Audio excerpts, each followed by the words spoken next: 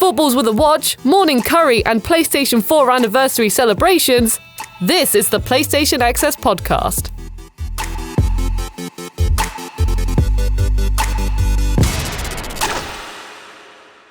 Hello everybody, welcome to the PlayStation Access Podcast, the official podcast of PlayStation UK, where this week it has been 10 long, grueling years of PlayStation 4. Yay!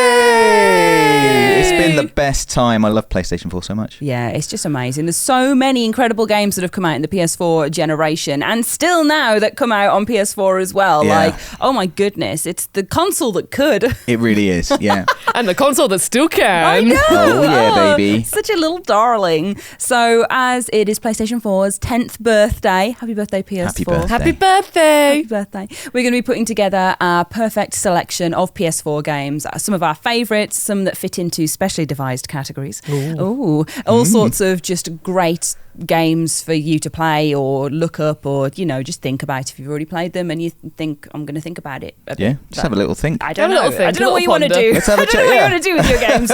I would suggest playing them mostly or replaying them. But yeah, we're just going to be taking a trip down memory lane, looking at our favourites and devising our own perfect library of 5 PlayStation 4 games. Yes. Which is like the mini special. So I'm Yeah. excited to do that and put it Yes. together. Sorry, I didn't mean to yell. It's okay. You're just that excited. Birthday time. Birthday time's when you got to yell. It is. And I tell you what, I will be yelling. Your names. Oh, we have names, of course. It's We have birthday. names. It's birthday inspired names. So Oh, no. now, I didn't come up with these this week. Really? Secret Boss did them. Secret Okay. boss. Okay. Secret Boss got into my document before I did the names and just wrote some in. And you thought he'd done a good job? I just thought, you know what? I can't I'll be read them bothered. out. I'll read them I'll out. read them out. Give Secret Boss a shot. Can I just say right now, I better not be Birth Dave. Well, it's a good job you're not Birth Dave. Okay, good. Your Birth Dave suit. Okay. Wait, fair. really? Is that the fun? Oh, God's sake. Birth Dave Oh suit. my God. Brilliant. How many times have you had birthday puns throughout Just you? every time it's my birthday. Oh. Someone's Birthday. like, it's your Birth Dave. Oh, yeah. I think so- that's literally me. Sorry, I think I did that this year. It's everybody. Oh. Honestly, don't worry. Oh no, I'm a normie. Oh, and then I've got Birthday Bash Millman. Okay, that is a stretch. He's not tried here. Well, this is the best one. So, he's put 2 down, Okay. and it's Rose VP Caddick, like RSVP. That's really bad. Oh, That is really Rose bad. V. I was just like, what is that, VIP? What is Yeah. this? What's the other one? The other one is Blowsy Out the Candles. Okay, that one gets my vote. Blowsy out the candles. Blowsy out the candles. Oh, so there we go. There's a little birthday celebration of our names Oh, as well fantastic. to go with PS4 because we're all a little group together. So to give you a little preview of what we're going to be talking about in this podcast, we have a main feature, which is where we'll be discussing our PlayStation 4 goodies. So get ready for that. I'm ready. Prepare. We then get comments of the week, which are community highlights from the hashtag PodSquad. Pod Squad. Oh, yes. We're then going to go to Before We Go, which is some coverage outside of gaming to prove we are real-life flesh people. Honest. But first, I've got to ask the question eternal. For the past 10 years, I've asked this question. What's new? I've only been here 3 years. So, what's new this week? I'd love to know. I thought I'd start off with a little-known game that I've been playing. Just a little dabble in. You're so niche. Oh, who would have thought of this game? I don't know. Alan Wake 2! It's Alan Wake 2. Oh, but you've been playing it as well, Dave, haven't you? I have been playing it. Yeah, Yeah. I am lagging behind, I will admit, but I don't know if I want to say like unexpectedly loving it. But I'm loving it. Loving it like In spite of myself. Yeah, despite the horror. Like I think you and I did a stream of it, which I really enjoyed, and I think I said then it's does that thing that some horror games do that enabled me to play them, which is the story and the mechanics are really compelling, and they're more compelling than the scares so far, at least for me, which means I can just about even if I have to take a few days break, there'll be something in the back of my mind going, come back. You want to know what happened? What's you going enjoyed on? this, didn't you? Yeah. Solve Has the she been? crime. Has she been to Bright Falls before? Don't you want to find out? And I'm like, oh, I do want to find out. Yeah, I want to know. I really want to know. Yeah. Oh my goodness. But it's just amazing, isn't it? So this came out on the 27th of October. So for our last podcast, it just released and now we've had a bit more time with it. And oh my goodness, it's the best game in the world. It's the best game in the world. Sorry, every other game in the world. Yes, we pack up. Yeah, then. I think that's it. That's it now. I've done it. I'm just having the best time. Like it is gorgeous. It is so pretty, even though all of it's like nightmarish, horrible woodland, and it's wet and this kind of orange and sunsetty.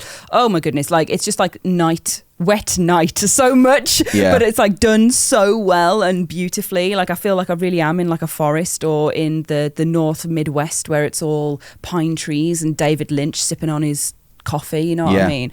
I just it's gorgeous, and the story itself is so twisty. There's so much duality to it between Saga Anderson and Alan Wake, and Saga is an incredible character. Like to introduce someone to such a beloved fan favorite franchise that is literally named after the main character, and for her to fit in so well. She's so great. Yeah, like and be so compelling. Like I actually have gone through more of Saga's story than Alan's because I'm like, go on, let's see. Yeah. Like I want to see what's going on here. She's I like she could just have her own game as far as I'm concerned. I'm loving like her, the character. I'm loving going to her mind place. I love that so much, like seeing the organization, putting the clues up on the board, thinking about what it means, seeing like one thing lead to another and the questions you ask. It's like it's so methodical and organized, but not dull at all, and it's like really tactile and pretty. Like I hope she just gets a spin-off, a whole series. I just want her to investigate crimes with Saga, basically. Yeah. I'd be loving that. Yeah. Oh, Rosie, I think you'd really like it. From what I've heard, literally from what everyone's been saying, I haven't had time to play it recently or start it, but from what I've heard, it sounds right up my street. I've heard it's got like Resident Evil remake mechanics, and I love just a spooky sort of like from what I can tell, it's like quite a psychological horror as well here and there, and things like that. So I'm fully just like, oh yes, I really want to try this out. Yes, please. Like speaking of Resi, it's got a real cast of colourful characters as well. And they're not like Resi characters, but they're larger than life. Some of them are larger than life and quite quirky, and it's quite funny and in that way as well. But then obviously it's like also really dark and spooky and scary and horrible, and it's like it's really interesting, like that balance, I think. Yeah, so it's made in Finland because obviously Remedy are a Finnish development company. Yeah. So having kind of all of these Finnish characters in there and having that sense of humour from like obviously Sam Lake his mind is behind this, and he's got like a quirky sense of humour. And his face is on it. Yeah. And he's very inspired by like, you know, David Lynch and all of the weird quirks of that, and seeing that kind of with a Nordic twist is really cool. It's really interesting, and like having watery as Little Finland in amongst all of these like small town American characters that are very much like, you know, I work at the diner and I do this and I'm a little goofball. Truck like, stop. Yeah. And deer hunters. Exactly, and, yeah. Like the big characters born from small places in it, and that's very much the vibe of it. But yeah, it's just, oh man, I'm just loving it so much. I love being in there. I love collecting all the collectibles. I love how everything ties into a wider meta narrative and also back out to like the side stories as well. Like everything's interwoven really thoughtfully. Like it's not just go and do this, go and do this. Here's a quest, here's a fetch quest. Like there's none of that. It's all very thought out. It is like playing a movie, but with all the fun of all the interactive bits as well. So. I must say I'm so pleased that I played Alan Wake first as well. I think you will. I don't know if you've played Alan Wake, Rosie, but I think if you haven't, you'll still really enjoy it. It, you know, sets out what's going on. It's fine. But like going back and seeing all those places, like I keep wanting to just load up Alan Wake and go to those same places and see how they've recreated it and how they've kind of just remade those places. It's really great, and it's something I don't feel like I've experienced very often, especially like with that bigger gap. For like sure. 13 years, right? It's a long time. Exactly, yes. The 13 years thing is the most impressive part, because I think God of War and God of War Ragnarok do it really well, but like that was nowhere near as long a development time as this one. Yeah. And I also think how Remedy tie in Control and kind of their wider game catalogue, like the Max Payne influences as well. Like it's just wild. Like if you're a fan of Control, you will love Alan Wake 2. And if you love Alan Wake 2, you will love Control, Dave. Okay. You will. I hear you. You got to play it. All right. He's got to do it. I'm sorry. So also out recently is Like a Dragon Gaiden, The Man Who Erased His Name. Yeah. That is out on the 9th of November. It's the 11th of November when this podcast goes out, Rosie. So it sits somewhere between Yakuza 6 and Like a Dragon Infinite Wealth. Am I right? Yeah, so it takes place from after the events of Yakuza 6. It basically sort of goes into what happens to Kiryu after the events of Yakuza 6. And then just before, it's also leading up to Infinite Wealth, which I don't really know fully yet because I haven't finished it as we're recording this podcast. But already I've seen moments where, you know, Yakuza Like a Dragon's been mentioned as well. There was a character being like, oh, there was a guy with big fuzzy hair and he had a crawfish on his shoulder and stuff like that. And I was like, that's Ichiban! That's Ichiban right there! So there's like, it's sort of running alongside the events as well as Yakuza Like a Dragon, but primarily it's after the events of 6 and just what Kiryu's doing after that to lead up to the future 7 and 8. Yeah. So you've been playing this, haven't you? That's why I've not been on Alan Wake 2. Yes, so this is the reason why I haven't been Alan Wake 2 because I had to do my little priorities, I'm afraid. I had to just be like, I'm sorry, Alan. My man needs me. but yeah, so I haven't got that far into it at time of recording. I'm around I'm guessing halfway through chapter 2.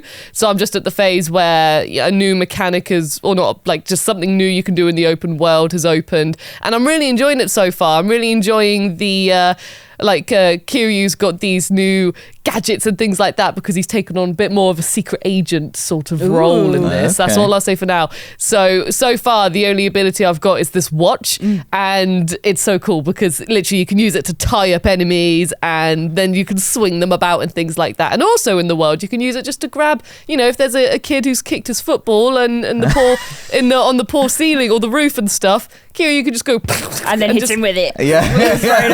You can steal that football and you can sell it, and you can make money. Away, Yeah, and it's then great. boom, get some money coming in. It's just really nice to be back in this world. I feel like we've been blessed in kind of in the span of a year, because in February we had Like a Dragon Ishin. Now we've got The Man Who Erased His Name, and then in January we've got a little game called Infinite Wealth coming out, which I'm very excited about. But so we've had like 3 games kind of coming out in the span of a year, which is it's crazy. Which is brilliant. Brilliant for fans and for everyone. Everyone should play these games. So for me, it's just nice just to be back in the world, just having fun with Kiryu. The story's really interesting and gripping as well. Like every cutscene, I'm always like, okay, what's happening now? What's it mean? What's it mean? What's it mean?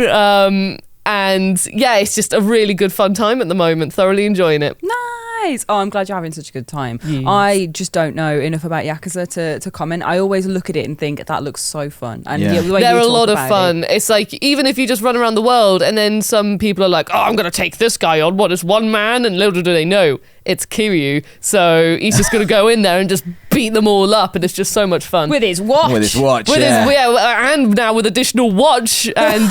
the man who erased his face. Yeah. With his watch. With his football watch that he stole from Yeah. the tree. Just wipe that face right off. Zing. So we've also got coming up this month as well. On the 17th of November, there's Persona 5 Tactica, which I know you played as well, Rosie. Yes. And I sat behind you and was like, very interesting. Yeah. So can you give us a little breakdown of that one as well? Yeah, so it's like a turn-based strategy game. If you've played games like XCOM, which I know you've played a lot of, Dave. Yeah. So it's that with, but it's expanding more on the Persona 5 story. So there's a new character that gets introduced as well. I've only played a little bit of it when we went to Gamescom, so I can't fully talk about it in like great in-depth knowledge.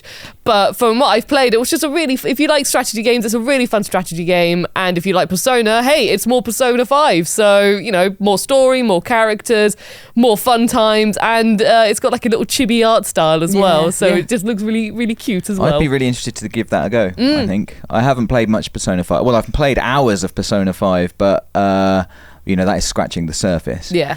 But I do love just strategy games and that kind of thing, so that would really interest me. It's interesting because you have Persona 5 Strikers, which took the more like Dynasty Warriors approach, where you have hordes of enemies and you just go in there slashing them, and now we're going for the more strategy approach. So it's just really interesting to see Persona trying out these, you know, just fun different genres and things like that as well. Yeah, I tried Persona 5 for the first time the other day. Oh yeah? I only played a little bit of it, but I was that man in going to school. Yeah. It's more of a boy. Yeah, and I ate some morning curry. Yeah. And I was like, wow. Living your best life. That's great. Yeah. Yeah, I'm just having morning curry. Best life. What could go wrong with that? Exactly. I enjoyed it. I didn't get really far into it, but it was it was one of those ones where I could sense the time slipping away from me. Like, you know, I was like trombone shot, like in the Jaws, where I was like, oh my God, I can see time and space. Like, and 200 hours later, I'm still going to be here doing this. Yeah. So I need to stop now. It has a really, I'm going to say, difficult save system, which I think I played about like an hour and a half and forgot to save and lost the hour and a half because you can only save at certain points. And that made me sad. Yeah. So don't do as I do. But like, honestly, like I think I was probably like, I don't know, I reckon I've played 12 or 15 hours of it and I'm still like nowhere. Yeah. Just right at the start. Yeah. But it's great. You've I really enjoyed it as curry, well. Though. I have had some morning curry. I've had my fair share. Never always start a day with morning curry. I just think it's a great idea. I would love someone to make me morning curry. Every morning, go downstairs, have a katsu curry, go to school. Oh, that would be great. I just love it. So you'd like a chef? Yeah. We'd all like chefs, I think. I think I'd get, you know, when you have like cereal and you're like, oh, another day of cereal. I feel like I'd be like that about curry in the end. Yeah. I'd be like, oh, God. I think you can be like that about anything. Yeah. Anything that's just you can have every day or whatever. No. Like, my lobster tails and caviar. Yeah. Oh, not this again. Morning caviar. That would be fishy. It would be. It would be fishy. Right, I am going to move us on to our main feature now, where we're going to talk about PS4 games. Speaking of fish, because we're diving into the waters of PS4 that games. That does not work. What was that? I don't know. Just imagine we're on a desert island again, like we did with PS5. Okay. And I imagine, like every time I imagine a desert island, I imagine it's so beautiful. Crystal clear waters where you can see and all the fish, shoals of beautiful fish. Exactly. And there's palm trees and coconuts, and also built-in plumbing. Yeah. Yeah. And a chef making me morning curry. Exactly. Perfect. And and then we can have lobster tails and caviar. Perfect. Done. There we are. Okay. Well done. It did work. Let's go to the main feature.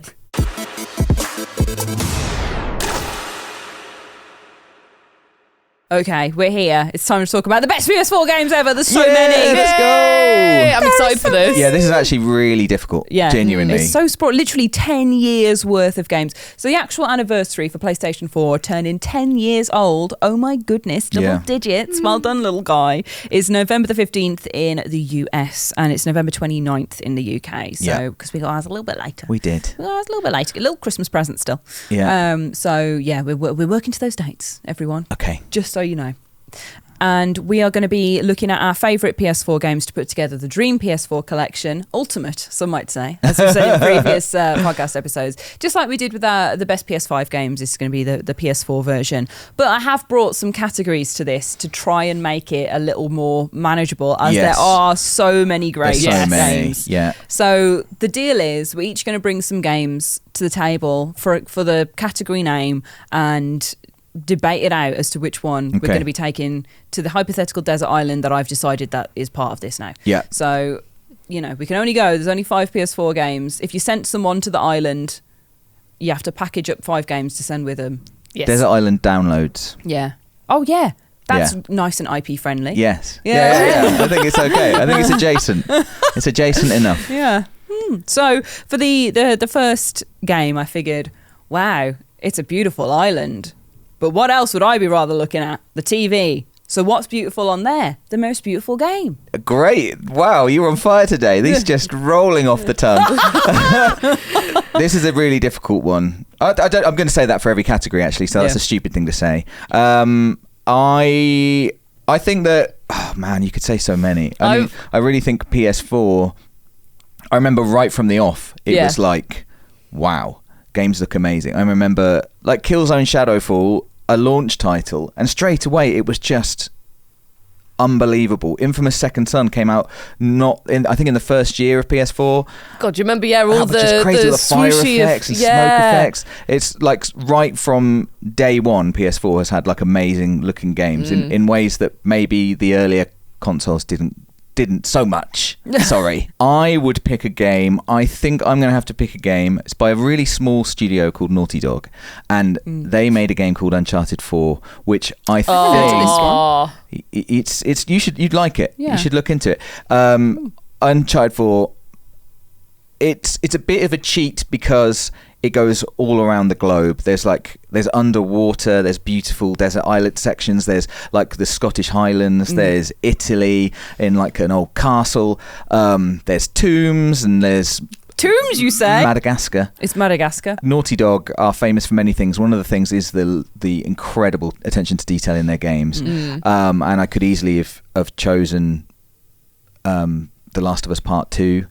But I think just in terms of just because it's kind of gratuitously beautiful, I think part of the point of Uncharted is that sort of swashbuckling, going to these amazing places and just going, wow, I'm in this amazing part of the world. Yeah. And you can have the history and the sense that like I couldn't go there in real life.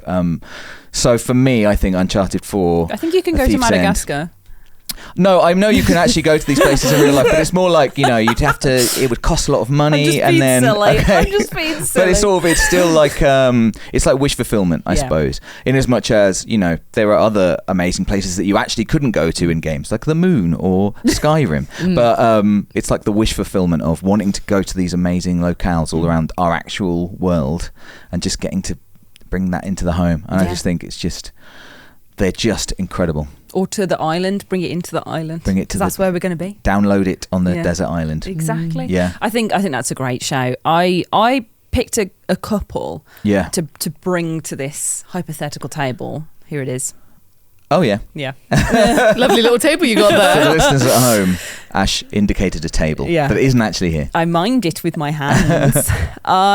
I actually brought up a game that I don't think I bring up that often, but Ghost of Tsushima. Oh, yes. Obviously, I know it's beautiful and everyone else has spoken it on the channel a lot, but like, I think just for the peace and tranquility and the gorgeousness of that world and like being able to just sit and do a haiku and watch some like petals float around. Yeah. Amazing. Like the cinematic battles, like that one where you're in a little pond with all of the lanterns floating across it. I just think it's amazing, and I think just that zen feeling you get from it, like there's very much beautiful landscapes where you're like, oh my god, this is amazing, oh my god, my breath is taken away, oh my goodness, and then I think with Ghost of Tsushima, like you get that feeling, but it's constant, like it's a constant sense of like peace and calm, and then when you are actually fighting enemies, you're like, get out of my beautiful field, like you want to restore the beauty and tranquility to the land. It feels so at one with this natural world that I would be remiss to not mention it.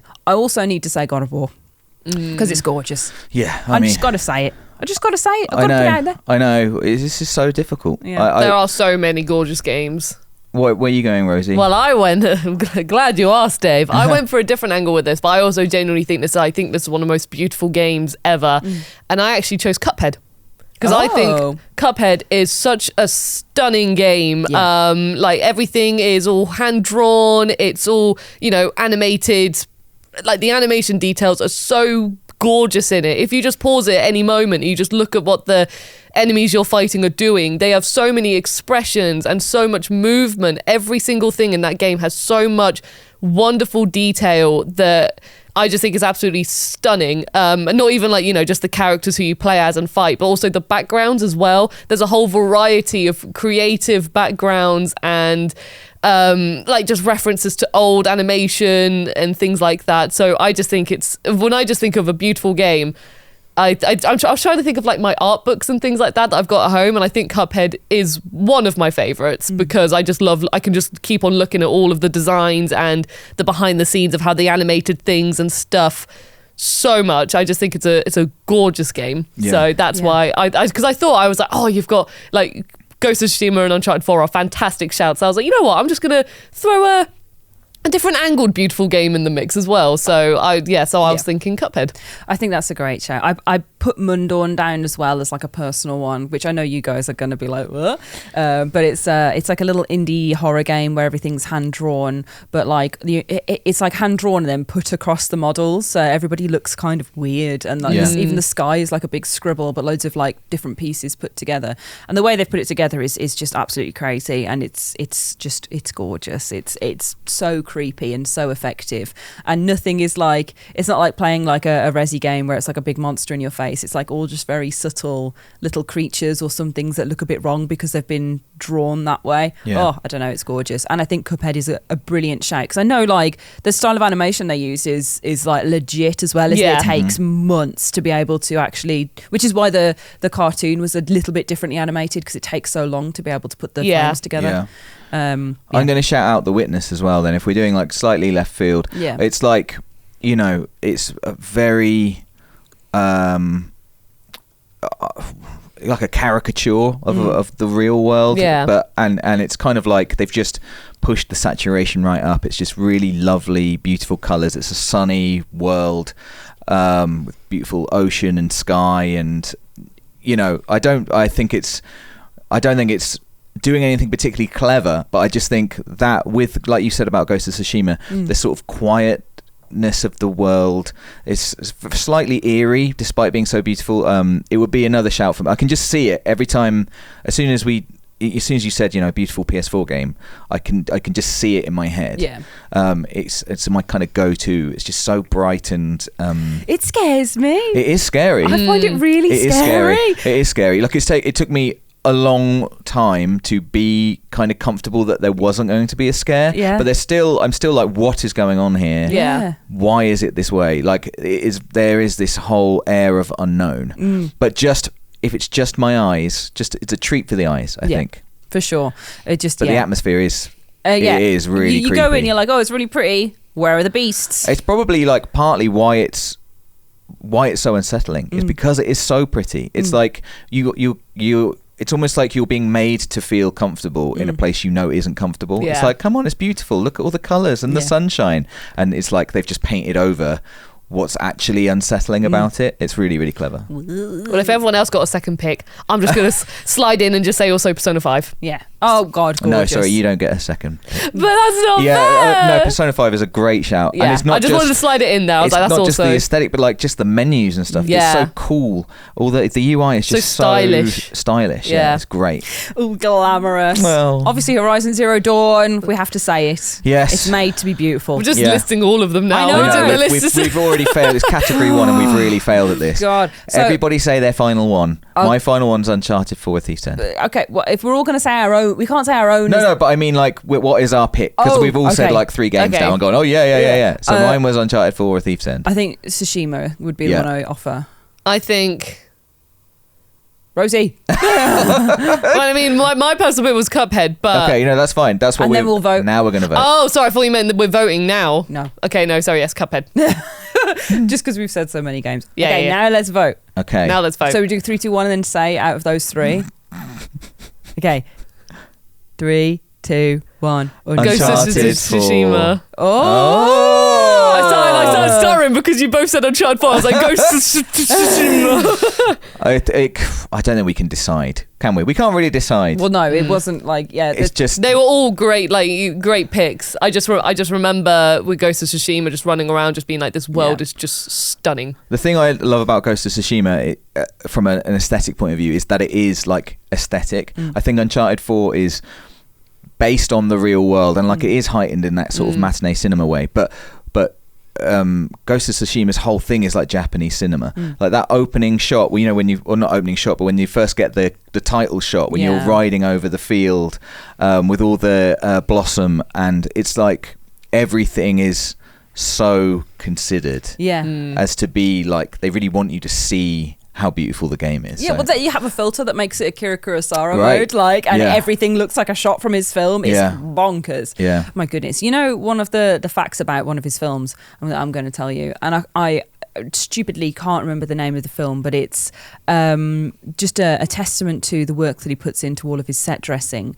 He would make sure that, like, if they were using a tea set or had cupboards, they would all be filled with props and basically time accurate props as well. So they would get cups of tea and they would like pour like thousands of cups of tea into them to make them like used and all that sort of thing. Like he was very ritualistic with the way that he put sets together. Like every cupboard always had things in. All the houses were always built like in sort of ways that would reflect the time period. He was so much attention to detail. But I remember the cup of tea one. I remember writing that in a list somewhere and was like, goodness gracious. That's a really cool fact. Yeah, but man's loves his tea. The next category I've got is another hard one. They're all hard. The most replayable. Oh, this one is hard. Okay.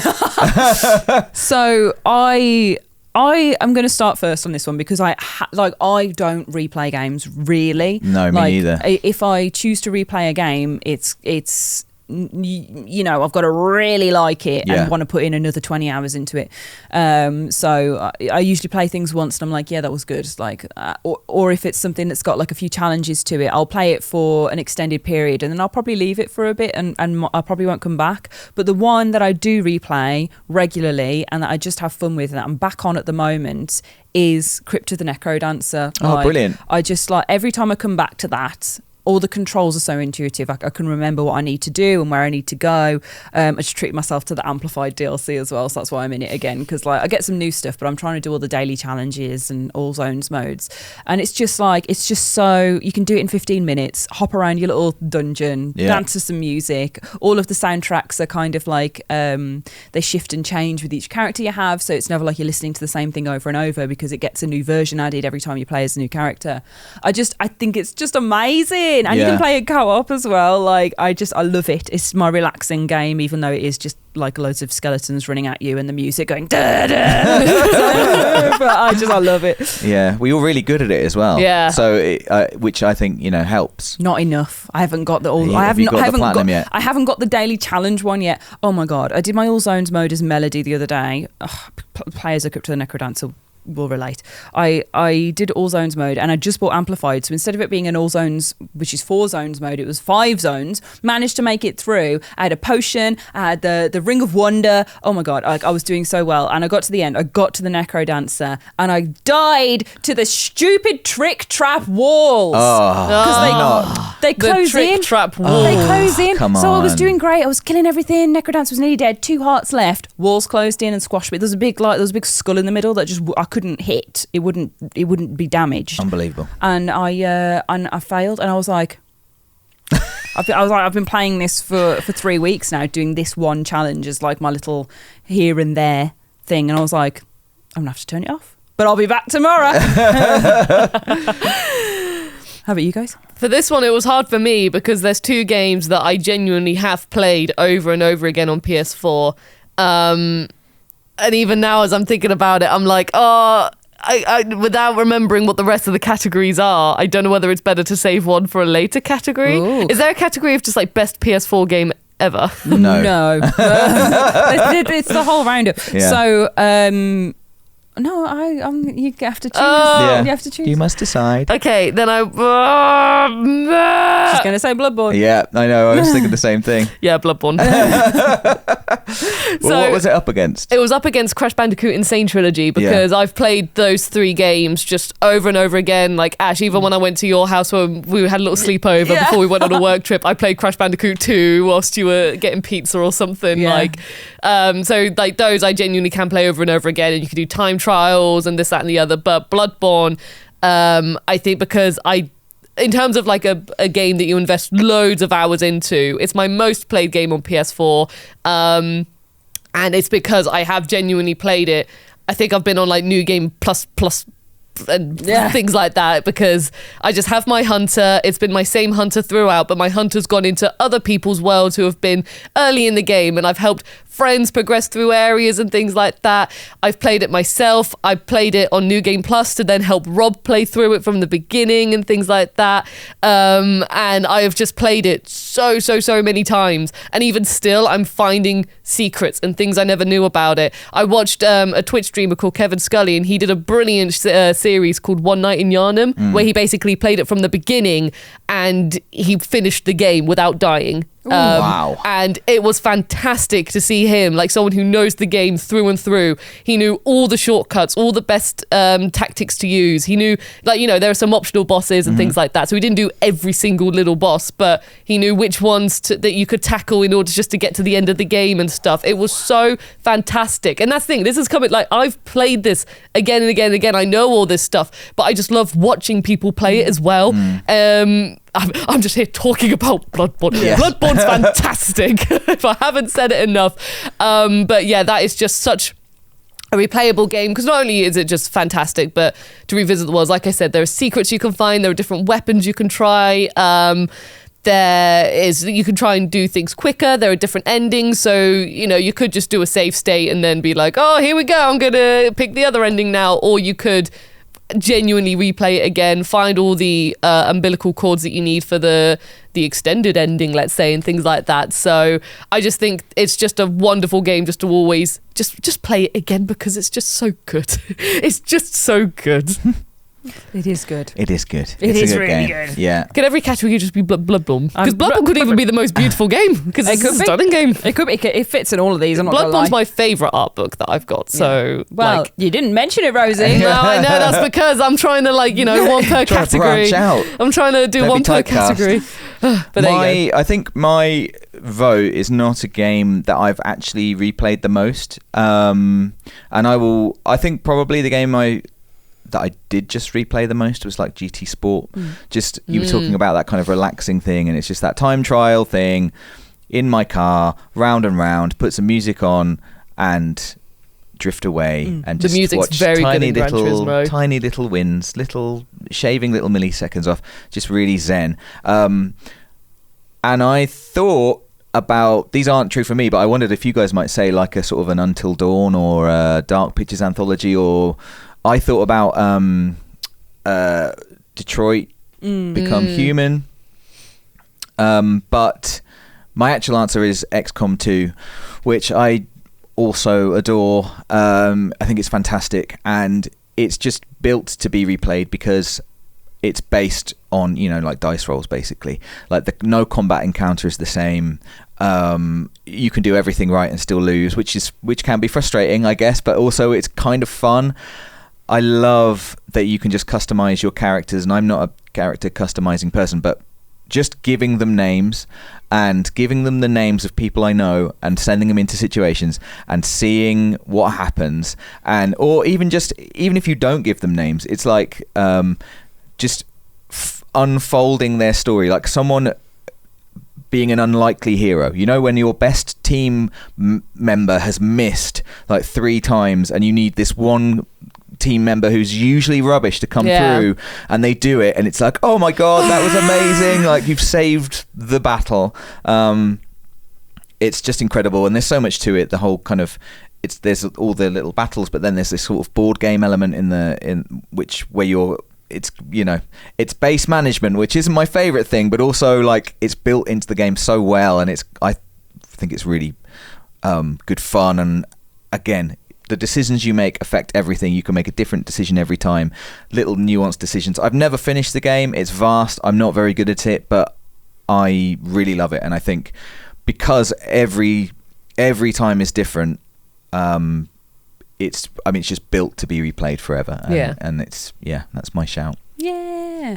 Oh my goodness. Like, again, I feel like we've all got 3 choices that are quite personal as well, so it's kind of hard to pick. I don't know if we should pick. Maybe we should just say our own, and we can let like the commenters pick. Or maybe we shouldn't, Ash. It's your format. But we're going to have a final list, though, aren't we? Yeah, Dave. Because it's difficult, because Rosie and I haven't played Crypt of the Necrodancer, and you guys haven't really played XCOM 2. No. We have all played Bloodborne, and it is amazing. Well, then maybe we should all just say Bloodborne. I mean, I feel like that is our default pick here. I mean, I did actually replay it to get the platinum. Yeah. So I played it through once very quickly because I just couldn't stop Very playing quickly. it. I was like, I got to carry on. So that was my Crypt of the Necrodancer, just with because that's very time based, isn't it? As well, just without the music, it's just like jump, dodge, skeleton comes at you.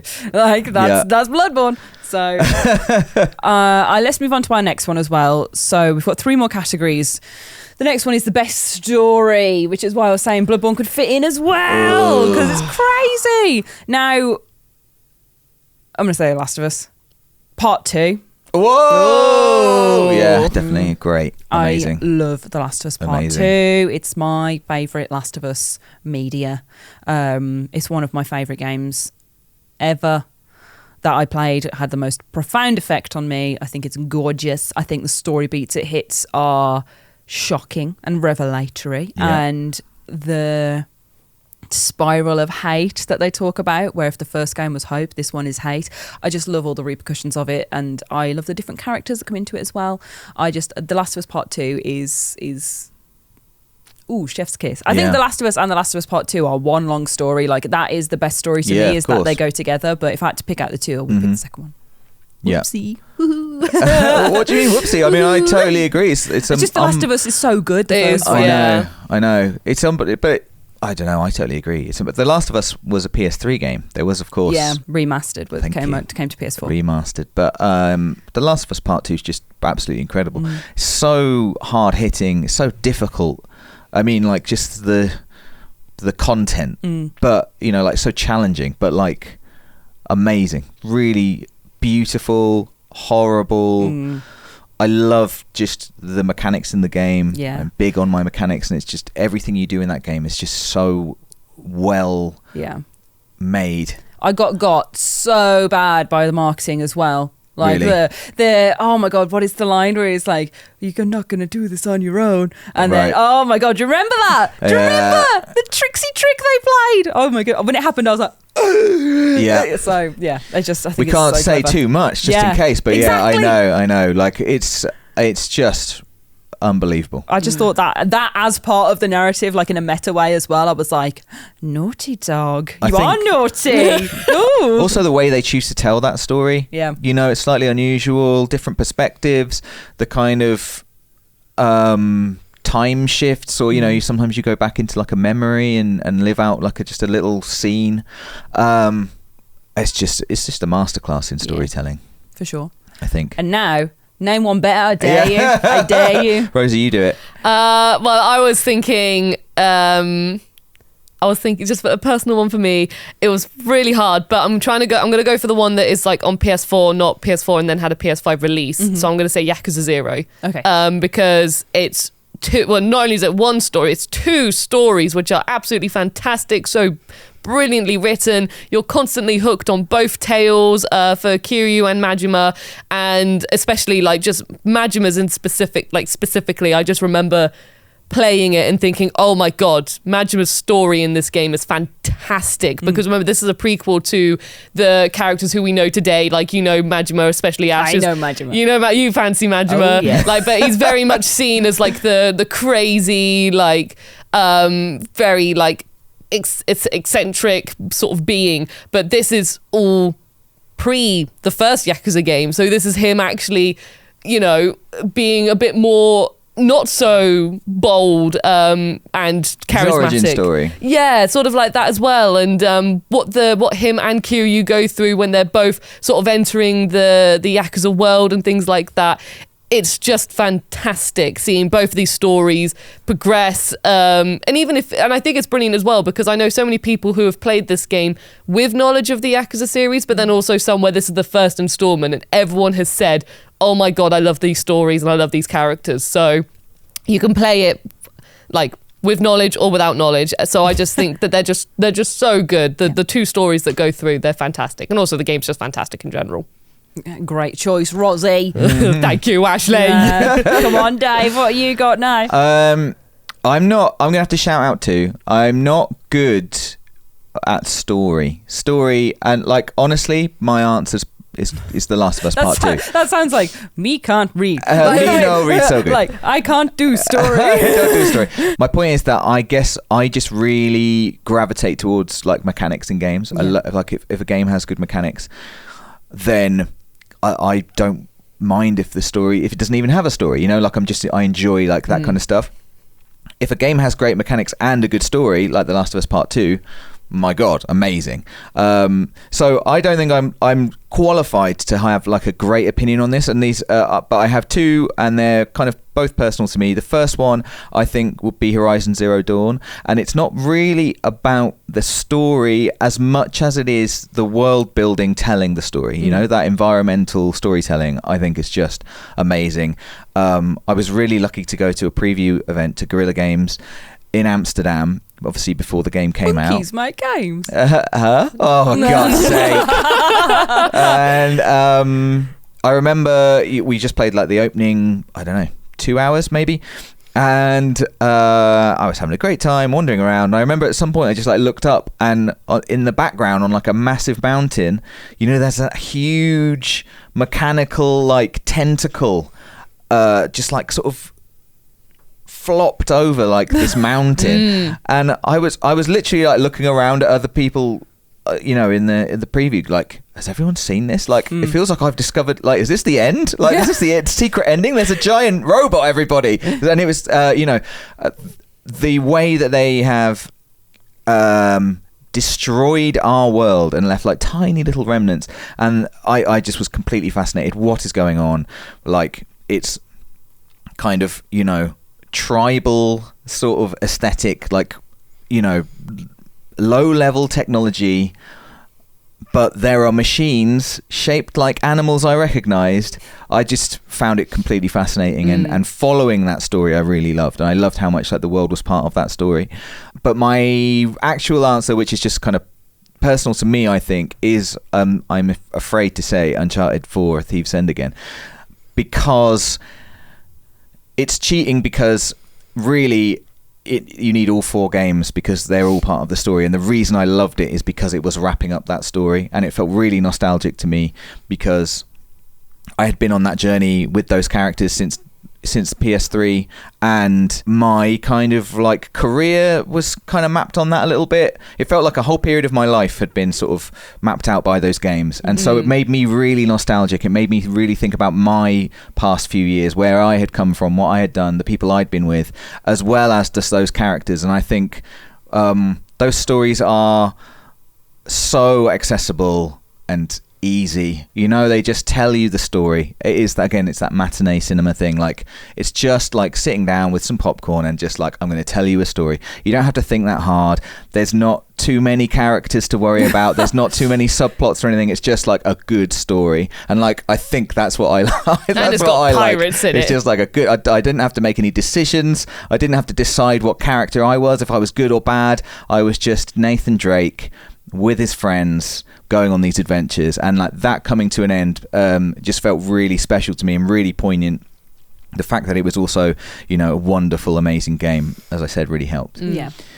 Nice. So there you go. Oh my goodness. Right. Well, for our next 2 categories, we are going to have to speed up, I will say, but we need to select our favourite from this one first. Wait, okay. Dave, which are you going with the story? Is it you doing Horizon or Uncharted 4 for your... I'll go Uncharted 4. Uncharted 4. Uncharted has already won a category, unfortunately. It has, I know. So you have to go for Horizon. Okay, if that's the rule, then I'll do it. Yeah. If I had to pick, like, I still think Uncharted 4 is the best looking game. So best story. Right, I haven't played Yakuza, so that's quite hard to. I know. I had a feeling that would be the case. So, and I think we're all probably going to say The Last of Us Part 2, aren't we? It is good. I'm going to say that. Yeah. I would like, just thinking about it. I would like. It's the story. It's about just bringing them up and celebrating them, though, in it more than the final exactly. pick. We're going to end up with a really tight list of great exclusives because, like, they are amazing. They are amazing. Yeah. But our next category we've got is co-op, though. So I think that opens it up a little bit more. This is a really good. This is a really good category. This will be interesting. What have you got? Don't say Cuphead again. I know, literally, I was just like, I said Cuphead. Because we have played Cuphead together. We have. We need to carry on playing it as well. God, I've played so many just co-op games on PS4, but one that I think it came out on PS5 as well, but it's just I think from the developers as well, you just got to slide them in somewhere, but I'm going to say It Takes Two. Yeah, I would imagine each of us would at least put it in the top 3 co-op games. Yeah, like I was also going to say It Takes Two. A Way Out. But A Way Out was going to be the one I threw in there. Yeah, but they're just like It Takes Two as well. It's just fantastic. I played it with my friend, and we were both just having a great time, not only with the story, but also the world and the characters you interact with, and also the mini games that you play as well. Like, we're fully replaying them again and again. Especially like, you know, Connect 4 and things like that. Chess, I mean, I played that with you, Ash, and we all know how that went. Yeah, in my favour. Well, Connect 4 was in A Way Out, because again, I think I've played A Way Out twice, and I remember literally there's a scene where you're in the hospital and you should go see your wife who has just given birth to a child, but me and my mate Liam were just playing Connect 4 for I think a good hour. Yeah. I was doing wheelchair balancing because I played it with my dad, and we were doing wheelchair balancing for literally hours. The hoop toss was one that got us at the farm on A Way Out. Like, we were doing hoop toss, and we used to just load up the game, go to hoop toss, play it, and then we'd be like, okay, we'll do some more story another day. We'll save hoop toss so we can do it a few times. But I will say It Takes Two. Yeah, definitely. I think that's a great shout. The mini games, woo, sublime. Yeah, it's I don't know, this feels like mean to say to other co-op games, but it's like, it's really long. It's like a really, it's like a full game. And each world's got like so many, like a huge variety of games you can play within each world and stuff. And, you know, they put you in different scenarios and you have different tools and things to help you out as well for both characters. So it really is like, they got all in with it, and it shows, and it's fantastic. It does take two. I'm going to say something that you wouldn't expect me to say, probably, which is Man of Medan, which I did That's an play. Interesting pick from the Dark Pictures anthology as well. Well, it's because it's the one I have actually played cooperatively, and really the only one I've played. So Rosie and I played it at an event. We only played a bit of it, but I really enjoyed that. And the thing that I really enjoy about this cooperatively is that, you know, you're playing with, if you play it this way, you can play it many different ways, but the way we played it was we were playing together, but we were in different rooms and we couldn't communicate. So that kind of pure version. So I knew that Rosie was playing, she knew that I was playing. I didn't know what choices she was making, what choices she was being given. She didn't know what choices I was playing or what I was being given. And I then played the whole game cooperatively. My girlfriend and I played it with two other friends who were in their house somewhere else in the UK. And it was, and spooky. I think that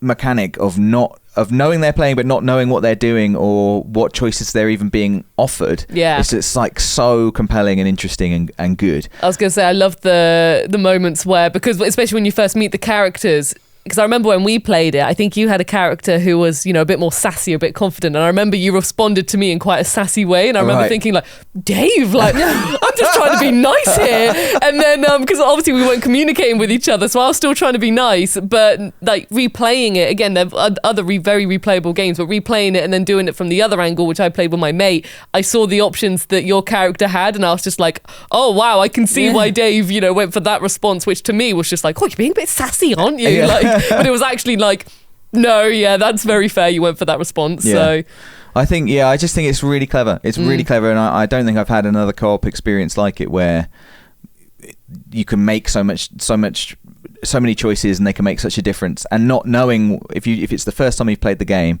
which is the first and only time I've played that game, you know, I don't know what they were being offered.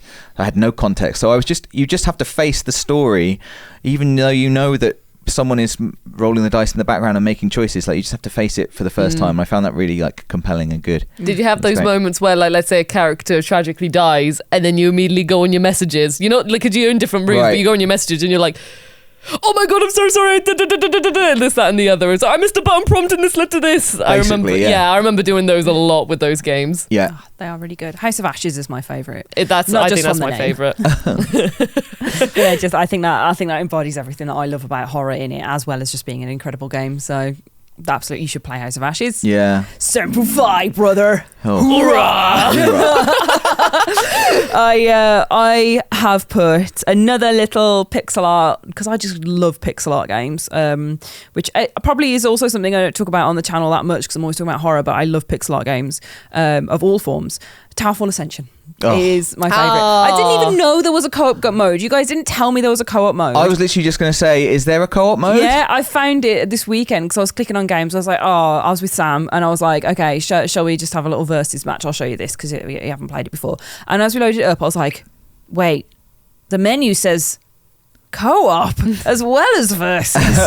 What? And then it's basically you just team up to fight like waves of enemies together. So it's really simple. It's not like super complex or anything. It's just playing Towerfall Ascension but together against monsters. And I really enjoyed it. It was really good. Did you have ghost mode on? No, we didn't have Stupid ghost mode. Because you have to resurrect each other. So. I'd be the best at Towerfall Ascension if there weren't ghosts. Yeah. The ghosts get me. I love putting ghost mode on for the versus one. But they have bosses as well, and the bosses have different like mechanics too. Ooh. So it is really fun. Really I like it when I'm a ghost. I just don't like it when anyone else is a ghost. I'm still on the ghost. Panic that goes through your heart. Yeah, I mean that game is amazing. By the way, just to confirm, I have not played it cooperatively, so I didn't know either. But I can imagine because the versus mode's so good. Yeah, as a local, like not as co-op, but playing with players, because I guess it's not co-op if you're versus, but like as a local co-op game that you play competitively. Yeah, the versus is great as well. Oh my god, I just remembered Rocket League. My actual answer is Rocket League. Okay. Me and Rob played so much Rocket League. It's so fun. Oh. Okay, well let's round one up as the best, and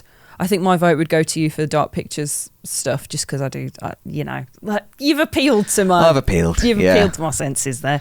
I'd still say It Takes Two. Yeah. Oh my goodness, yeah, I forgot that was the answer you said. You've appealed? I don't know. All I said was It Takes Two, and you're like, you've done it. Yeah, it is Takes Two, actually, isn't it? It Takes Two. Yeah, it is. Yeah. And then the last one I've got is Unique Game Mechanic. And again, we do need to just get through to the comments next. So we're just going to go for a real quick one. I've gone for Life is Strange. Okay. That's a very good pick. I love an episodic narrative. I love a branching narrative. And this one, you can rewind time in it. And it's so simple, but such a unique thing to do. And it makes that game so good. And being able to undo your choices as part of the game rather than save scumming, I'm like, oh, that feels so nice. Thank you. You know what I like. Fair. With this one, because there's so many games that have got brilliant game mechanics, but I can only think, when you get one in your head and then you just can't take it out. So I'm just going to have to say it is a Ghost Trick Phantom Detective, because it's got a really brilliant mechanic where, you're dead, but you can travel between inanimate objects. That's how you say inanimate it, isn't it? Objects, yeah. They don't animate. You can go between inanimate objects, but you can animate some of them to help you progress further in the puzzles to change Can fate. You say it again, please? Inanimate. It's getting worse. Inanimate. Inanimate. Yes. Yeah, I like inanimate. I can't even say it. God, what's happened? You had a little nam in there, but it just sounded cute. Inanimate. Inanimate. Inanimate. Yeah. Inanimate. You got it, Rosie. Inanimate. So Ghost Trick Phantom Detective. Life is Strange is a great shout as well, but I just can't get this game out of my head because of how much I love the game mechanic of solving puzzles, but you're limited to space and seeing doing things, and it has consequences and effects to help the puzzles and stuff like that. It's just a really great game. Yeah, it looks really good. Ironically, this is my category. I could talk the most about this one, but I've got two games. One I think you'd really love, Ash. I don't think you guys have played either of them. You will have definitely heard me talk about one or both. Ash, you really should play Return of the Obra Dinn. It's on my list. Just get it played. Yes. Come on. Now you've said it, that's going to bump it up because I do really want to play it. That is so good, and the mechanic is amazing. I heard about it from Elle, from PlayStation Access. I heard about it from Elle from PlayStation Access, and she was right. Yeah. It's fantastic. Elle was very right with that. As soon as she played it, she was just like, guys, you have to play this. I have to do a video on this. And then all of us have just been like, wow. It's amazing. Yeah, well done, Elle. If you don't know, you're basically... I won't say exactly what you are, even though I think it's hilarious. You're basically like a detective. A ship returns to port. All the crew are gone. And your job is to figure out what happened to them. And you do that by way of like a magic pocket watch you have that lets you reveal the last moments of each crew member. And you have to... It's like a logic puzzle you have to decipher because of where they were and what they're saying and what's happening, and you've got a crew manifest. You've got to work it all out. It's really, really brilliant. It's a really interesting aesthetic, and the mechanic is super cool, and I really think you'd like it. But my actual favourite is Outer Wilds, which is just one of my favourite games of all time. I think it's incredible, and it's built around this central mechanic is that every 21 minutes you die and you go back to the start of the game. Obviously you, the human you, and actually you in the game have the knowledge of everything that you learned in those 21 minutes, but you're in a little solar system and you are trying to figure out why the star in that solar system keeps exploding every 21 minutes. That's what kills you. And you can go anywhere in this solar system. You have a little spaceship. It's all physics, amazing physics puzzles. The story is all just found in the world. Your objectives are kind of your own. Like, it gives you hints and things, but it never is just like, now go here. There's never like a HUD marker unless you turn it on, or if you say I want to go to this thing, you can put a waypoint, but it never tells you, like you find it in there. Yeah, it's just unbelievable. It's an absolutely unbelievable game, and it's so clever. I've never played anything like it, and that's my pick. Ooh, I get it hard. It's a hard category. It's a hard category. It's really hard. Yeah. I don't even know what to pick from that. No. I would probably, when you said Life is Strange, because I do love the rewind mechanic, and I think that, like, it's just really fun. And I remember playing that and being like you say, you do something, you're like, oh, can I? But then there was also a limit to the mechanic. You can only rewind so far and stuff. So I think that, and also it's just a really good narrative story as well. So I would probably say final pick, I'd probably go Life is Strange. But to be fair, I haven't played Outer Wilds, but I've heard many good stories about it. So it looks well. We played a little bit of it in the Games Meister. You did, yeah. Or those people did. Those Games Meisters. That doesn't count though. The Games Meisters, that doesn't count. No, that's the only bit that I did. And you did a very specific thing. I'm not even sure that you guys would necessarily like Outer Wilds. I think you'd love Return of the Obra Dinn. But I just think it's amazing. For me, it's like perfect. Yeah. Ooh, well, you know what? Let's leave that one open, because I do think, again, that's just a bunch of games. Life is Strange is probably the only one that we have a double vote on. So for the sake of having a list, we've got, for most beautiful game, we've got Uncharted. For the most replayable, we've got Bloodborne. For the best story, Last of Us Part 2. Thank you. Last of Us Part 2. For co-op, It Takes Two, and the unique game mechanic is Life is Strange. I just thought it's open. You said leave it open. Yeah, just thought as well could have done Final Fantasy VII Remake for game Well, mechanic as well, because that did a really good turn-based mechanic with. I should have gone with that one. No. So many good games. It's so I told hard you, to do this. Again, it's impossible. Me with quizzes, I get one idea in my head and then nothing else pops in. I was just like, I know that feeling. I know that feeling. Right, well, let's round it up, because we are going on, and this is one thing I don't like, it's going on. So here we go. Comments of the week, little sting. Yeah. You love going on. I do. You're always going on. I know. It was a lie. It's a barefaced lie. There's one thing I love more than going on. It's a little lie. Yeah, it's true. Oh, okay, do your song then. It's time. It's time. It's time. It's time for comments of the week. You thought about screwing me over again, didn't you? No, I'm never trying to screw you over. I'm trying to get a grasp on how to sing every time. It confuses my I set small a very brain. clear tempo, and you're always just a little bit, but you were like... It's because I'm like, is Rosie going to go? Am I know, I did a little point of the finger being like, it's you. Like on my lap, I was just like, go on. Okay, well, we did it. And Yeah, we did it, everyone. first Dave's time. pride's intact. So comments of the week this week. Alex, our lovely community coordinator, has scooped up lots of PlayStation 4 relevant games. So we've got one from Gopnik, game comments, I should say. Yeah. Got one from Gopnik saying, Bloodborne. Yeah. That's it. That's the comment. Yes. Yeah. Rosie loves it. I specifically brought a PS4 just so I can play Bloodborne. Dippy dome. Just so I can play Bloodborne. Best decision of my life. I was very late to the PlayStation party. Late, but fashionably so, because Bloodborne is amazing. Yeah. I was also late to PlayStation 4 generation, and the joy I got from going back and playing so many of them. Oh, Yeah. so good. I'm sort of jealous of people who arrive late, because it's like, right, let me write you a list. Yeah, the library's there, Yeah, isn't it's it? gonna be incredible. Like, everything's a banger. I feel like that about people who come new to horror movies. Like, when they come to me and they're like, oh, can you give me some recommendations? I haven't really seen many. I'm like, woohoo! Yes, welcome. Yeah, there's so many. There's so many to enjoy. We've got one from DJ Resource who says, Cuphead is one of the best games ever made. Glad it's on PS4. At last, getting copy this weekend. Yeah. See, I'm loving these just come. My people. Yeah, my, it's just my Rosie's friends. What's my this? friends are all here. We got Deepak Deodath Baz Deo, who says, I only got my PS4 in 2019, and while I have played and really enjoyed God of War, Horizon Zero Dawn, and Marvel's Spider-Man, among other awesome titles, I got them after Onrush, which is the first platinum I ever got. Never bothered trophy hunting in the PS3 days.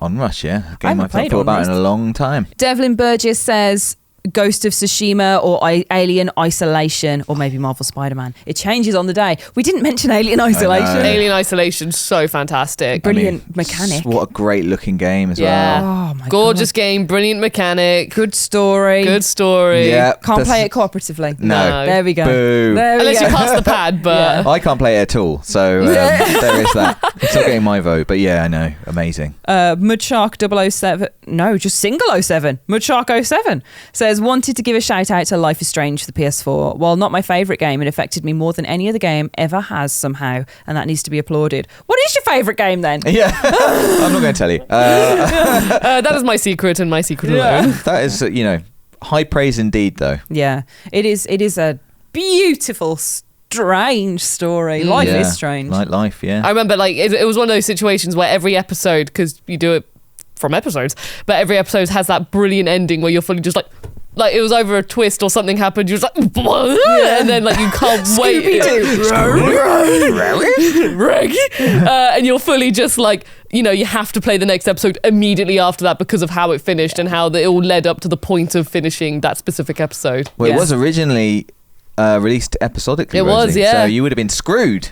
You would have been like, I got to wait for the next episode. Yeah, I can't believe literally. it. I was very lucky that when I played it, they were already there, so it was just hopping straight back into the next one. But I can only imagine the hype from having to wait after each episode Oh ended. my God, Yeah. The Wolf Among Us, that was one that I came to late and just blasted through all the episodes and was like, whoo, I'm glad I didn't wait. Yeah. To have to wait between all of these. It's a game I always meant to play. It's really I haven't good. played it. Really good. I Another really want to good one. play it. I really want to play it. Just God, narrative we've been blessed, haven't we? branching episodic games. Honestly, PS4. I love you. Yeah. I love you. I've got one from Neem or Nime, excuse me for the pronunciation, saying Horizon Zero Dawn as the favourite game. This was really hard. PS4 has so many amazing games. Yeah. I mean, Horizon Zero Dawn really should have got more of a mention in our list, I think. Yeah. Also, for best mechanic, again, just the combat, being able to shoot. I remember again the E3 where they revealed Horizon Zero Dawn, and I was just blown away. They were actually. She was targeting bits of these machines and taking pieces off, and then using the disc launcher back on the Thunderjaw. I was just like, this is. I've never even conceived of combat like this. I remember Amazing. the first time you hit a weak point and it has the sound, especially when it's a big mechanical being and it's Yeah. just or something The because sound you're in design's slow incredible. motion in it as well, and you're Oh, yeah. yeah. The slow motion. It's so Cool. good. That's very good. You know exactly the sound I'm referring Yeah, to. It was yeah. so good. We've got one last comment, which is separate to our little PS4 roundup, which is from Press X to Dad, who said, in the lead up to the mightily successful Christmas maze, are we likely to be seeing any other group challenges next year? Like maybe a game-centric escape room, an Ash-scape room, if you will. There's more, but I'm going to answer this first. You commented this on a Halloween video. Please. I worked so hard on that. That exists as well. That is a game-centric challenge week. Surely they were like, oh, I'm loving this week, and I've Okay. got Christmas Maze next, and then what have I got? It just in the lead up to Christmas maze on the Halloween video. Press X to Dad, please. But yes, maybe an escape room, an Ash escape room. I don't know, but I feel like it needs to be one of you two now picking up the. I think you should just do another one. The bucket. I think you should do 2 weeks a year. The amount of comments I see when The people just want more of these, you got Rob with the Christmas maze, Ash with the Halloween spooktacular week, and then so many people have been like, I want Dave and Rosie to do one now. Yeah, what, Dave and Rosie's? I'm Yeah. like, I'm fine, thank you. I see what hell it is for Ash and Rob. I'm fine. Oh, I my have an idea. goodness. If I was to do it, I've got an idea, but it depends I on actually whether had a little idea as well. we got an idea. So my ideas, in my head for you two, is May the 4th, 100%. Oh, I think that's a good you one. having a little Star Star Wars week, or Yeah. like just a week where you are a Star Wars man setting challenges. I don't know. That sounds good for me. Yeah. I like it. And Rosie, just because we did the summer takeover, like I could imagine you being like Rosie's summer fun house. My summer fun house. Yeah, Rosie's beach getaway that we all have to do. And my just throw holiday sand at us. getaway. Yeah. Oh God, no sand in the studio, please. Yeah. Oh my God, that's a fantastic No idea. sand. Well, if I do a little, the little wooden borders that are supposed to keep the sand in, No. but you just get it on your feet and then spread it all over the place Definitely anyway. not. No. What if I get one of those I've foot already fountains? had baby food all over the floor. We don't Where need was sand. baby food on the floor? When Ash made was me Halloween. eat it. That was Halloween. Uh, It was the stream after this one. Oh my God, I keep looking. It was commented on the first episode of They Halloween. were excited, Ash. They were I excited. hope you were. Press X to that. I'll read out your next comment if you tell me how excited you were for Halloween. But yeah, the next bit of the comments is a further and irrelevant question. What character class do you think each of you would be in real life? Which I just think is a fun one. It is a fun one. Oh man, it depends because there's like, are you subclassing? What Are kind you of game? multiclassing? What kind of game we talking about Yeah. here? Yeah. Like, see, I love being a big basher, like Yeah. with a big sword and stuff, but I don't see myself as a fighter or a brawler. Right. Like, I feel like I'm a rogue. Yeah, you're quite rogue. As in, Like- that's always what I liked playing as, and I love like Dex abilities as well. So Yeah. I would love to be sneaky, but then I'm quite sedentary as well. So I don't Yeah. know. Like, I don't know. I'm having a bit of introspection here. I know, yeah, I'm quite it's sedentary, hard. whereas rogues are I quite don't think live. there's a game character for your kind. I don't think there's a game character for my kind either. Yeah, I mean, what's a lot of sitting? What was that? a What's lot that? of sitting, video editing. I think I think editing though, like, not to be really cringy on main, but I think it's like a modern type of magic, isn't it? Being able to use like computer technology to make something and craft something and put things together and like do like a piece of artwork. I think there's something very magical about that. So I think a wizard sort of class. I think all creative skills are magical, really. Yeah. Like if you're going to go down that route, you're right. Like, yeah, definitely, it is very magical. I could see you as a wizard. Yeah, I mean, I'm not against that. I don't know why. I was thinking really, like, yeah, I'm could see thinking. wizarding. I'm not. I would love to be able to use magic. So I'll be. Yeah, maybe I'm a bard. Oh yeah. But See, I was thinking- Because you're the music man. Yeah. You're the bard. Yeah. But I don't actually like performing in front of people unless it's like, in a band. That's I don't quite want to. funny, I'm not going though. to walk in. Yeah, that's my bard thing. It's my D&D character now. It's like a bard who hates to perform. the reluctant bard. Just wants to sit So quietly. many great stories I don't want to tell you. Yeah. I want to see this adventure now. I genuinely do. Rosie, for you, like, just I don't know. I know. Well, I always like to go in as a fighter when I'm playing these games. Like, I like having a sword and being able to attack and be like have good defense and stuff like that. But in terms of real life, I was probably thinking the bard angle, just because ever since I was a kid, I've always loved the opposite. I've loved performing. Yeah. All presenters are bards. It's true. Like, Yeah. I think there's a bit of bard in every presenter. Yeah, you there's a know, bit of like, bard There's in gotta all be. of us. Look at us. Yeah. But apart from that, like, I don't know. Maybe the fact that Jester. Jester. Yeah, to be fair. I struggled not to say Jester. I am a fool, so maybe I'd be the jester. I don't know. That's I not don't even a think- class, but I just like it. You're not a fool. I think you can play the fool. I can play the fool. You don't mind. You're quite comfortable to make a strange sound.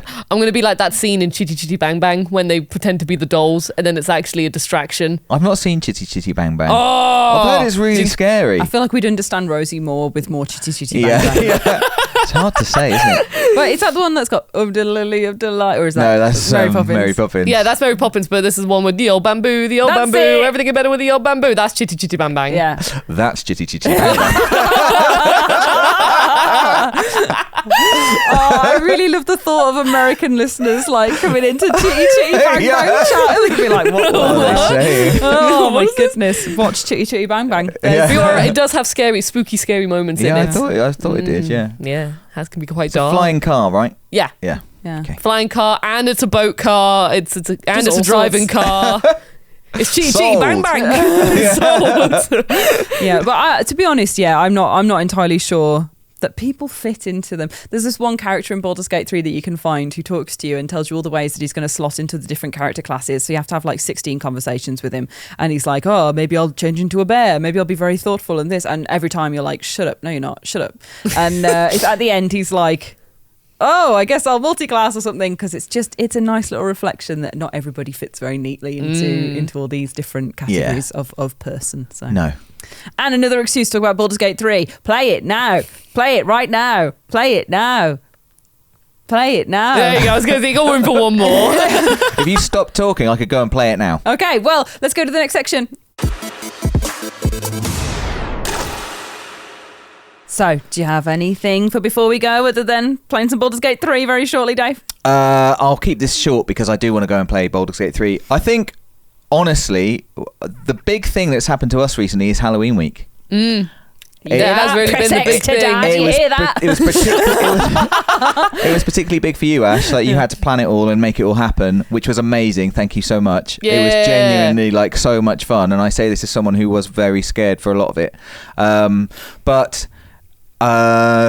it's just great, isn't it? Like, I suppose, you know, we have our working week, and that's a lot of fun anyway. But then something like Halloween comes along, and as a guest of Halloween, like, it is a massive pleasure to just have someone like basically figure out this whole little format for you and just invite you in, and you don't know what you're going to do, you don't know what you're going to play, don't know what you're going to eat, you don't know what you're going to eat. I thought it was just like, I had such a good time, and I played games that I wouldn't ever usually have played. You're going to be playing more Stay at the House? I'm genuinely not, because I found it really, really scary. Like, really scary. Maybe if I played it on my own time, maybe. But I don't think I can, Matt. It's just like, That's the most genuine. I don't think I can. I don't think I've heard it a long time. I think I could play some more Walking Dead Saints and Sinners. I found that actually really just good fun. It was scary, but you feel quite... I felt, you know, I was hamstrung. I couldn't shoot anybody, but I feel like if I had like my full range of weapons, I could do that. But anyway, like, it was just really, really good fun. I really want to play Killer Frequency now. I've seen loads of comments saying Killer Frequency, and I suppose this isn't something outside of gaming, but it feels like outside of it's like a really fun thing for Rosie and I and Rob to do. Yeah, I always get super excited for it. Our jobs, you know, it feels like a treat. It's like a special week. It's hard work, but it's like, feels like loads of fun. Wow. Speaking of Halloween, just one thing to slide in the end. Can we say big shout out to Wendy, aka Big Wend, because after Halloween, literally on the Monday, she delivered a bunch of wonderful Krispy Kreme Halloween themed donuts, which were delivered to Ash, and then Ash shared them with the office. And it was just to say well done and rightfully so, well done for all your spooky fantasticness. She just loves being involved. She does, honestly. She lives for the shout outs. But no, she's done it. She has done it before a couple of times. She sent cupcakes to the office. Like, do you guys not remember? My mom sends you stuff quite often. No, I remember. And I'm looking I genuinely don't. Are you sure you tell us, or did you just go, there are cupcakes? No. It's usually always at Halloween. She does like a little spooky thing. She sent stuff for my birthday before to be like, give this to your office people. Yes, I remember that one. Yeah. So nice. Yeah, she just sends stuff in. She's a nice lady. She is. I should stop calling her Big Wen. But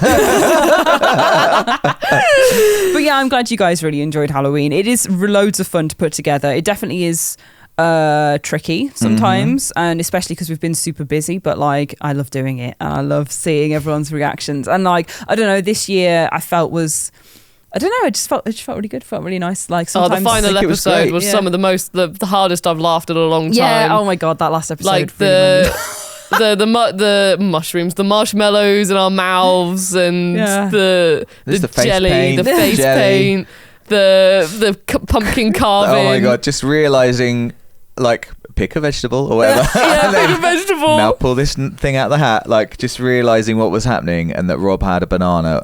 With his Rosie had a wooden spork. It was like, oh my god, for a melon. Is just genius. Like, it was so much fun. Oh, goodness. It was really good fun. Hooray. Did you do anything fun on Halloween Day itself?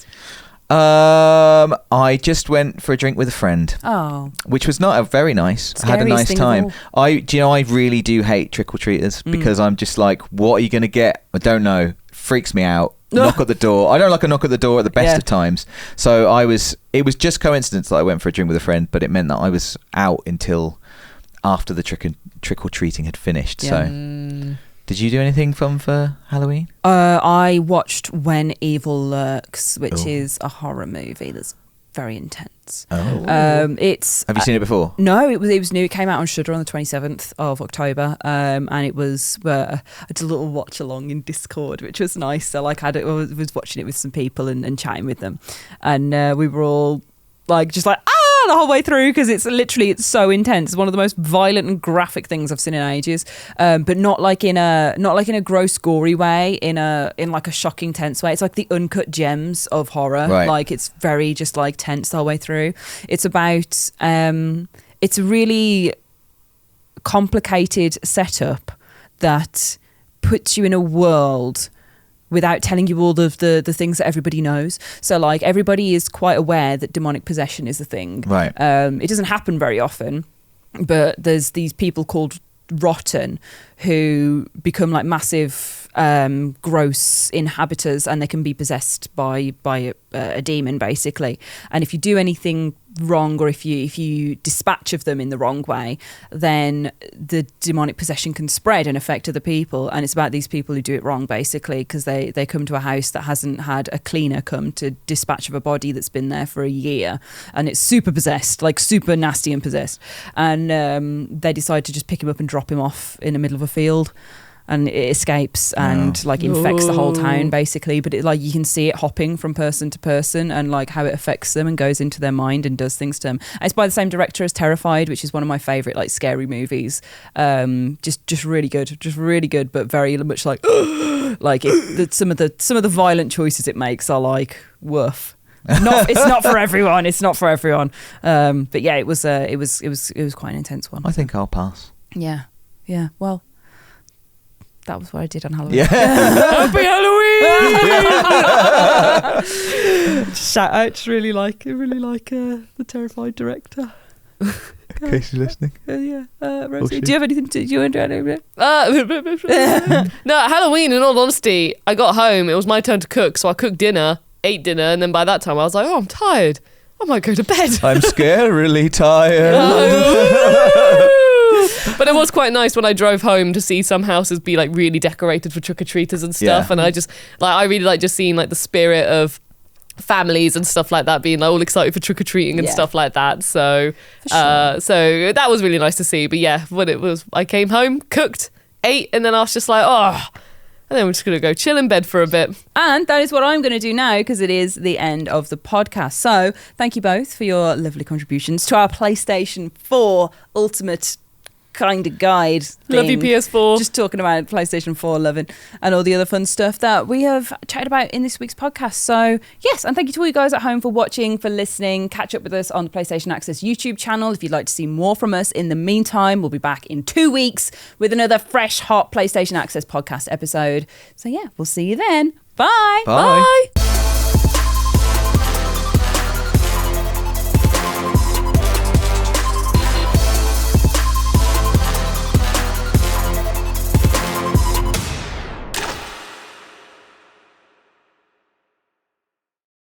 PlayStation